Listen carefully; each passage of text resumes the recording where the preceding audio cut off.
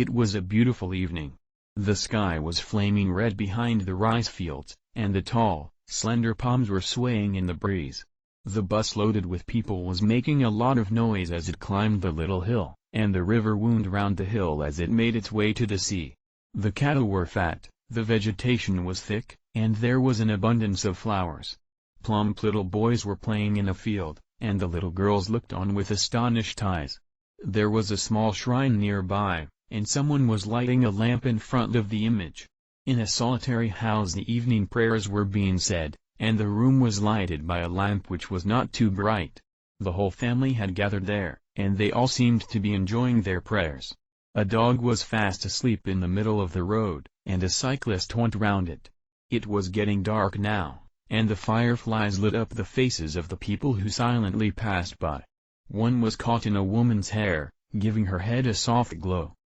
How kind we naturally are, especially away from the towns, in the fields and the small villages. Life is more intimate among the less educated, where the fever of ambition has not yet spread. The boy smiles at you, the old woman wonders, the man hesitates and passes by. A group stops its loud talk and turns to look with surprised interest, and a woman waits for you to pass her. We know so little of ourselves. We know, but we do not understand. We know, but we have no communion with another. We do not know ourselves. And how can we know another? We can never know another, we can only commune with another. We can know the dead, but never the living. What we know is the dead past, not the living. To be aware of the living, we must bury the dead in ourselves. We know the names of trees, of bird, of shops, but what do we know of ourselves beyond some words and appetites? We have information, conclusions about so many things, but there is no happiness, no peace that is not stagnant. Our lives are dull and empty, or so full of words and activity that it blinds us. Knowledge is not wisdom, and without wisdom there is no peace, no happiness. He was a young man, a professor of some kind, dissatisfied, worried and burdened with responsibilities. He began by narrating his troubles, the weary lot of man.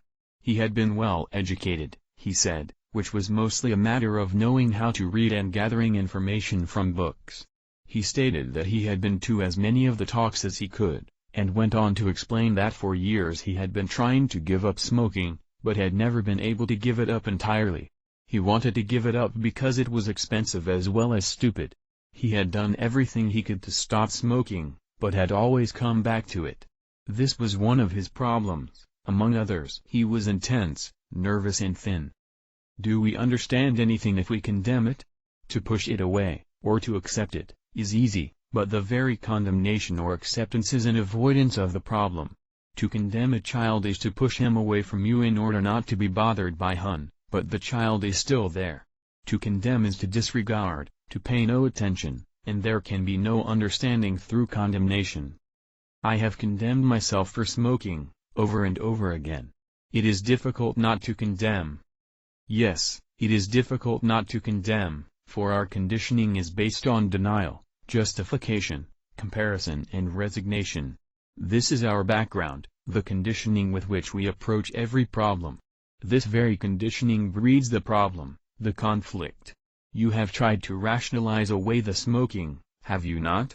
When you say it is stupid, you have thought it all out and come to the conclusion that it is stupid. And yet rationalization has not made you give it up. We think that we can be free from a problem by knowing its cause, but the knowing is merely information, a verbal conclusion. This knowledge obviously prevents the understanding of the problem. Knowing the cause of a problem and understanding the problem are two entirely different things. But how else can one approach a problem? That is what we are going to find out. When we discover what the false approach is, we shall be aware of the only approach. The understanding of the false is the discovery of the true. To see the false as the false is arduous. We look at the false through comparison, through the measure of thought, and can the false be seen as the false through any thought process? Is not thought itself conditioned and so false? But how can we know the false as the false without the thought process? This is our whole trouble, is it not? When we use thought to solve a problem, surely we are using an instrument which is not at all adequate, for thought itself is a product of the past, of experience. Experience is always in the past. To see the false as the false, thought must be aware of itself as a dead process. Thought can never be free, and there must be freedom to discover, freedom from thought. I don't quite see what you mean. One of your problems is smoking. You have approached it with condemnation, or you have tried to rationalize it away. This approach is false. How do you discover that it is false? Surely, not through thought, but by being passively watchful of how you approach the problem. Passive watchfulness does not demand thought, on the contrary, if thought is functioning there can be no passivity.